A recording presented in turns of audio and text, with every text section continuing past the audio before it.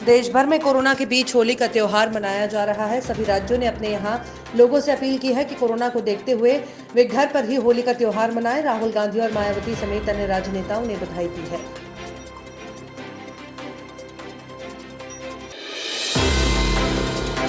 आज होली का त्योहार है। इस मौके पर एक खास तस्वीर मथुरा से आई है। यहाँ बांके बिहारी मंदिर में भगवान कृष्ण के दरबार में पहुंचकर श्रद्धालु होली का उत्सव मना रहे हैं। इस दौरान सुबह मंदिर में विशेष पूजा अर्चना की गई।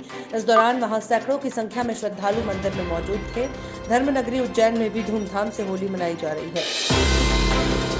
महाराष्ट्र के कई शहरों में कोरोना जबरदस्त कहर मचा रहा है। मुंबई में एक दिन में कोरोना के 6,923 केस सामने आए हैं। वहीं नागपुर में बीते 24 घंटे में कोरोना के 3970 नए केस आए हैं, जबकि कोरोना के चलते 58 लोगों की मौत हुई। इस बीच महाराष्ट्र में नाइट कर्फ्यू 15 अप्रैल तक लागू कर दिया गया है।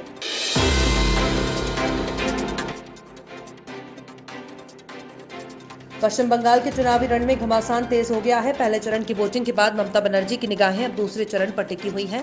खास बात यह भी है कि ममता की नजर अब नंदीग्राम पर है, जहां से वे खुद चुनाव मैदान में हैं।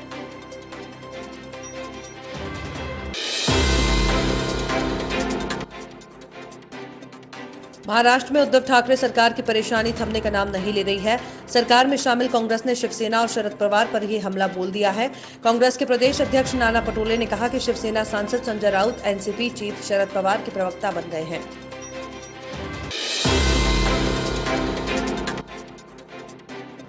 राष्ट्रपति रामनाथ कोविंद ने रविवार को दिल्ली राष्ट्रीय राजधानी क्षेत्र शासन संशोधन विधेयक 2021 को मंजूरी दे दी है। राष्ट्रपति की मंजूरी मिलने के बाद ये कानून बन गया है। कानून बनने के साथ ही अब दिल्ली में सरकार का मतलब उपराज्यपाल है।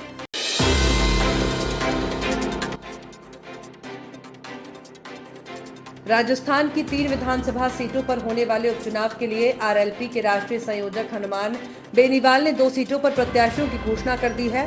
चर्चा है कि बेनीवाल की रणनीति कांग्रेस और बीजेपी का गठित बिगाड़ सकती है।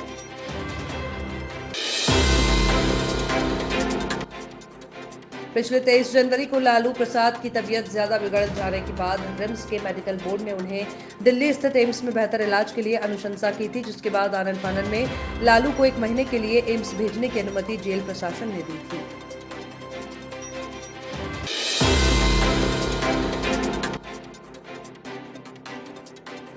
मध्य प्रदेश में लगातार बढ़ते कोरोना का असर एक बार फिर से परीक्षाओं पर दिखना शुरू हो गया है।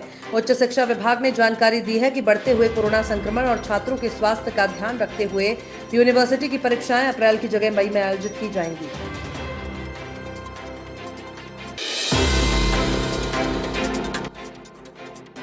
वाराणसी में आधी रात से धारा 144 लागू कर दी गई है। सभी प्रकार से नावों के संचालन पर भी रोक लगा दी गई है। गंगा नदी में साबुन और शैंपू के इस्तेमाल पर भी रोक रहेगी, जिला प्रशासन ने निर्देश दिए।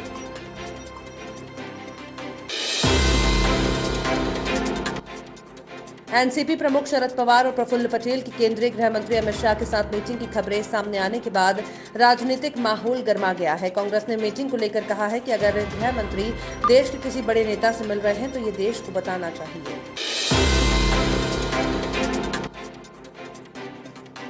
राष्ट्रीय राजधानी दिल्ली में कोरोना का आंकड़ा बढ़ता जा रहा है। एक तरफ कोरोना का आंकड़ा बढ़ रहा था तो दूसरी तरफ लोगों में सतर्कता काफी कम हो गई थी। भीड़ बाजारों में अब से 1 हफ्ते पहले दिख रही थी, उसमें अब काफी कमी आई है। बाजारों में लोगों का हुजूम कुछ कम हुआ है।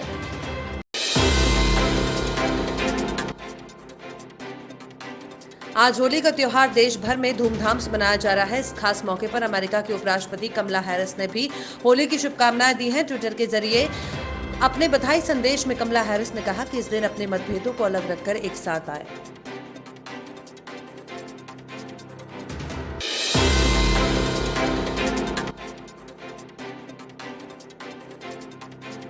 देश भर में रंगों का त्योहार होली मनाया जा रहा है। कोरोना के कारण इस बार होली सावधानी के साथ मनाई जा रही है। कई राज्य सरकारों ने इस बार सार्वजनिक जगहों पर होली मनाने पर पाबंदी भी लगाई है।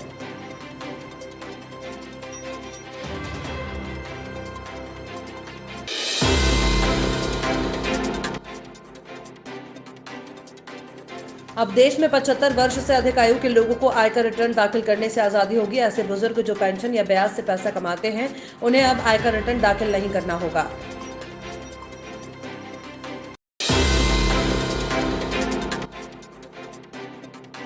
पश्चिम बंगाल के नंदीग्राम में मुख्यमंत्री ममता बनर्जी डोल उत्सव में शामिल हुई। इस दौरान उन्होंने शुभेंदु अधिकारी के परिवार पर जमकर हमला बोला। ममता बनर्जी ने कहा कि उन्होंने कभी सोचा नहीं था कि इस तरह से उनकी पीठ में छुरा मारा जाएगा।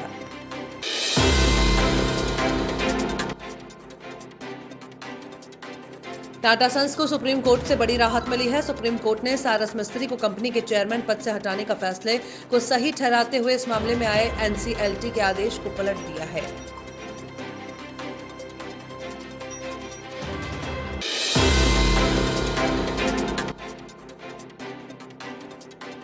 देश में कोरोना वायरस के संक्रमित मरीजों की संख्या में इजाफा देखने को मिल रहा है। इस बीच कोरोना वायरस महामारी के मद्देनजर सरकार ने ड्राइविंग लाइसेंस, पंजीकरण प्रमाण पत्र और परमिट जैसे मोटर वाहन दस्तावेजों की वैधता को 30 जून 2021 तक बढ़ा दिया है।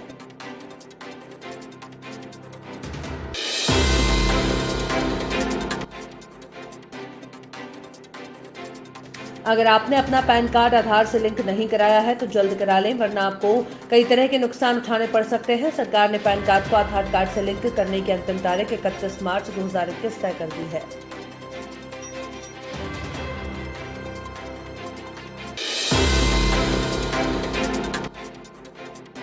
एक रिपोर्ट में कहा गया है कि जनवरी और मार्च 2021 के बीच देश के प्रमुख 7 शहरों में मकान की बिक्री में खासी बढ़ोतरी देखने को मिल सकती है। इस दौरान यहां रेजिडेंशियल प्रॉपर्टी की बिक्री 29% तक बढ़ सकती है।